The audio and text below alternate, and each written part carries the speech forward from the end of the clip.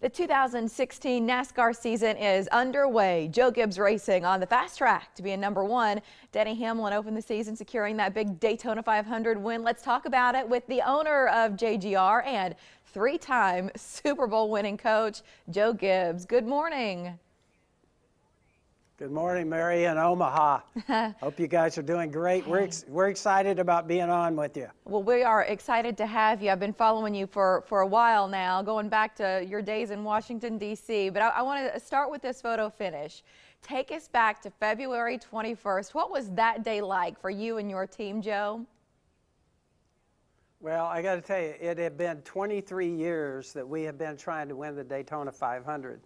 And so for me, I kind of figured what was going to happen on that last lap is what happened all those other 23 years. We're going to get shuffled, somebody's going to get wrecked, we're going to wind up losing the race. We were up front, but then when we came off the turn 4, can you believe it, Denny Hamlin is able to squeeze past our other race car and winds up winning. How do you go 500 miles and win by a foot? I don't know how you could do that, but we did it. You're not complaining, I know. How does that set things up then, your expectations for the rest of the season? Well, I think we're off to a good start. We won this past weekend at Martinsville, a short track with Kyle Busch. And so I think all 4 of our cars, we're excited about a strong finish to last year and winning the championship with Kyle, and then this year getting off to a good start. And so we're excited about our sponsors. We got an exciting program going with Interstate Batteries. We've been together with them for 25 years. Right. And so we got a new program, Driving for Good. It's a campaign where we're going to be doing food drives, school activities, recycling projects. And the crazy thing is we're going to have 200 Camrys, street legal, that are painted just like our race car, crisscrossing the country, trying to show people that we're going to be having a Driving for Good campaign. What's the website, Joe, for that campaign if our viewers want to learn more about it? Yeah, I think we just go to interstatebatteries.com and you'll be able to hook up and see where we're going to be.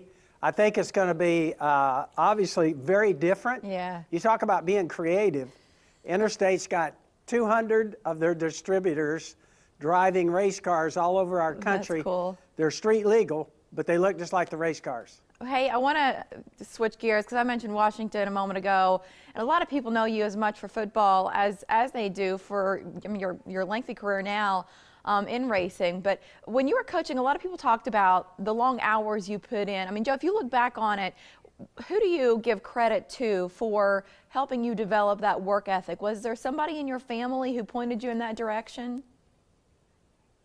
I think what happens to young people in their family, you watch your parents. My dad, extremely hard worker, and I think you just kind of look at that and say, if I'm going to be successful in life, that's kind of played out in front of you.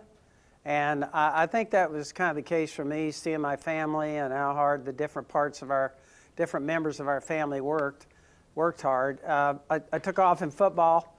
I probably overdid it. Sleeping at our complex and everything. But when you look back on that, football is extremely hard, and I think we're our own worst enemy because we keep working harder, later. I'm not sure how smart that was, but that's the way we did it. Well, it turned, 3 Super Bowl titles. A lot of coaches, they'd work 24 hours a day if they felt like they could get there, but somehow you had the touch, and I know your players loved you, and now fans watching you in racing. Joe, it's been a pleasure today. Thank you for joining us. No, it's my pleasure. I hope you have a great day in Omaha. Thank you so much. Joe, you too. Still ahead.